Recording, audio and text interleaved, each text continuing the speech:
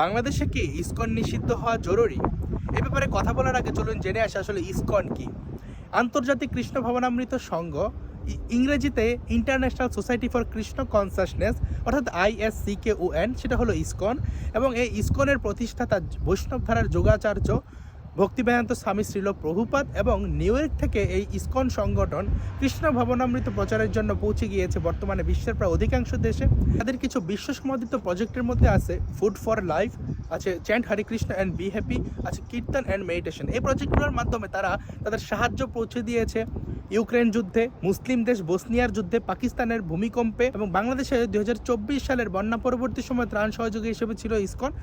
সিলেটের চা শ্রমিকদের পাশে ছিল ইসকন, এবং বাংলাদেশের প্রত্যেকটা সাম্প্রদায়িক সন্ত্রাসে নিপীড়িত হিন্দু সমাজের পাশে দাঁড়ায় ইসকন। আমেরিকান সদ্য সাবেক গোয়েন্দা প্রধান তুলসী গ্যাবার্ট ছিলেন ইসকনের সদস্য, এবং 1971 সালে যে George Harrison concert for Bangladesh আমেরিকায় করে টাকা মুক্তিযুদ্ধকে গতিশীল করার জন্য দিয়েছিল, সেই জর্জ হ্যারিসনও আসলে ইসকনের সদস্য এবং প্রভুপাদের শিষ্য। এই তো গেল কথা। কিন্তু দেখবেন বাংলাদেশে ইসকনকে নিষিদ্ধ করার জন্য একটা কঠিন তোড়জোড় চলতেছে। এক হুজুর নিজে অপহরণের নাটক সাজায়া, নিজেকে বলাৎকারের নাটক সাজায়া ইসকনকে সামনে রেখে আসলে সমগ্র হিন্দু সম্প্রদায়ের উপর একটা গণহত্যা চালাতে চাইছিল। তখন যেসব হিন্দুরা বলছিলেন যে আসলে ইসকনকে বলছে, আমাকে বলে না, তাহলে কতটুকু কি বলছেন আমি জানি না, কারণ মিডিয়ার সামনে ছিল ইসকনের নাম, কিন্তু পিছনে চলতেছিল TMD হ্যাশট্যাগ, অর্থাৎ টোটাল মালাউন ডেথ। এই কথাটা আমি কেন বললাম, কারণ আপনারা যা দেখবেন যারা বাংলাদেশে ইসকনের বিরোধিতা করে তারা আসলে নামান্তরে হিন্দু বিদ্বেষ বা হিন্দু বিরোধিতাই লালন করে। TMD হ্যাশট্যাগের যে মালাউন, সেটা আপনি ইসকনকে পছন্দ করলেও আপনাকে মারা হবে, না পছন্দ করলেও মারা হবে।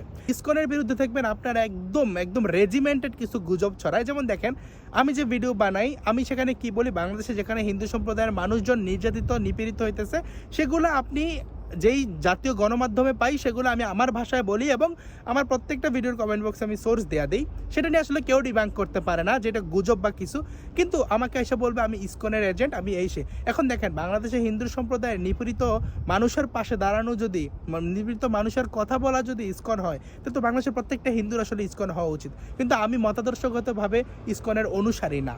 যে মজাদার জোকস যেটা বলবে যে RSS এর সাথে ইসকনের সংযুক্তি আছে, আসলে RSS হলো একদম প্রগাঢ় হিন্দুত্ববাদ লালন করে, আর ইসকন হলো যে চৈতন্য মহাপ্রভুর কৃষ্ণ প্রেম ধারার একটা সংগঠন, এবং যাদের সাথে RSS এবং ইসকনের কোনো মতাদর্শের মিল নাই। 2024 সালে যখন বাংলাদেশের হিন্দু সম্প্রদায়ের মানুষজন প্রায় 3000 সাম্প্রদায়িক আক্রমণ হওয়ার পরবর্তী সময়ে লালদিঘির ময়দানে চট্টগ্রামে যে বড় সমাবেশ করে, সেটা করে চিন্ময় কৃষ্ণ দাসের নেতৃত্বে, সে তখন বহিষ্কৃত ইসকন থেকে, এবং সেটা করে সম্মিলিত জাগরণ জোটের ব্যানারে। কিন্তু এইটা নিয়ে মাহমুদুর রহমান একটা প্রেস কনফারেন্সে তখন বলছিল যে উগ্রবাদী ইসকন কিভাবে সেখানে সমাবেশ করে, অথচ সেটা করছিল হিন্দুরা, অর্থাৎ সে হিন্দুদেরকে বলতে চাইছে। এবং পরবর্তী সময় ইসকন যখন সাংবাদিক সম্মেলন কইরা এটা নিয়ে প্রেশার ক্রিয়েট করে, তখন আমাদের বীর বিপ্লবী উসমান হাদি বলছিল যে ইসকনের এটা সাহস হয় কিভাবে সে আসলে মাহমুদুর রহমানকে বলে যে এটা তাদের আন্দোলন না। তার মানে বীর বিপ্লবী হাদি ভাইয়ের কথা ছিল যে আপনি হিন্দুদেরকে যা ইচ্ছা তা বইলা যান, হিন্দুদের আন্দোলনকে ইসকন হিসেবে ট্যাগিং করে দেন, কোনো সমস্যা নাই।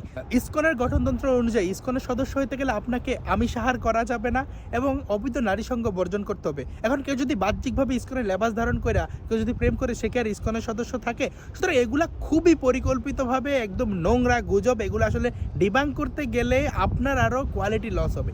এখন দেখেন, আসলে আমি কেন বলতেছি যে ইসকনের কার্যক্রম ছাড়া দেওয়া উচিত, কারণ এই ইসকন সংশ্লিষ্টতার অভিযোগ তুইলা আমার পরিচিত, আমি ওনার পোস্ট দেখি, কাঞ্জিলাল দেবনাথ নামের একজন, সে 2 বার BCS এ রিটেন পাস করছে, ভাইভা পাস করছে, তাকে ভেরিফিকেশনে বাদ দেওয়া হয়েছে কারণ সে সাত্ত্বিক আহার করে। সে কিন্তু ইসকনের সদস্য না।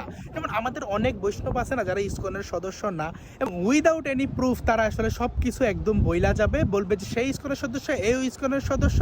এখন দেখেন, আমি 3 বেলা আমিষাহার করি, আমাকে এসে বলে আমি নাকি ইসকনের এজেন্ট, আমি নাকি ইসকনের সদস্য। এবং আমি ইসকনকে যেই ব্যাপারটার জন্য সবচেয়ে বেশি মনে করি তারা দায়ী, যে তাদের বিরুদ্ধে গুজবগুলো তারা ডিবাঙ্ক করতেছে না। তাদের কেন IT সেল দ্বারা এগুলা ডিবাঙ্ক করা হইতেছে না? তাদের লিগ্যাল সেল কোথায়, যে এত বড় বড় পর্যায়ের মানুষ তাদের বিরুদ্ধে গুজব ছড়াইতেছে, বাট তারা কিছু বলতে পারতেছে না? আমি জানি বাংলাদেশের বাস্তবতা কি, কেমন একটা প্রেশার সিচুয়েশনে কাজ করে, এবং একজন অর্গানাইজেশন হিসেবে, একটা হিন্দু অর্গানাইজেশন হিসেবে বাংলাদেশে কাজ করাটা কতটা চ্যালেঞ্জিং, আমি সব কিছু বুঝি। বাট এই যে গুজবগুলো তারা রেজিমেন্টেড ভাবে ছড়াইতেছে, এগুলোকে প্রমাণ প্রতিষ্ঠান হিসেবে তৈরি করার জন্য। কিন্তু বাংলাদেশের হিন্দু সম্প্রদায়ের মানুষ কখনোই এটা করতে দিবে না। এবং আপনারা যারা মনে করেন যে আমি ইসকন না, আমি হিন্দু, আমাকে কিছু বলবেন, আমি আবারও মনে করে দিই যে টিএমডিতে কিন্তু আপনিও ছিলেন, আপনি ইসকনের সদস্য হন বা না হন। সুতরাং আমি মনে করি যে ইসকনের আইটি সেল দ্বারা এই ধরনের গুজবগুলো ডিবাঙ্ক করা উচিত এবং প্রত্যেকটা যে তাদের বিরুদ্ধে যে দোষারোপ করা হয় সেগুলো মিথ্যা হলে লিগাল সেল দ্বারা তাদের কাজ করা উচিত। সব কিছুর শেষও বলবো যে ইসকন যদি মনে করে এগুলো ডিবাঙ্ক না করে গা বাঁচায় থাকা যাবে, আসলে ব্যাপারটা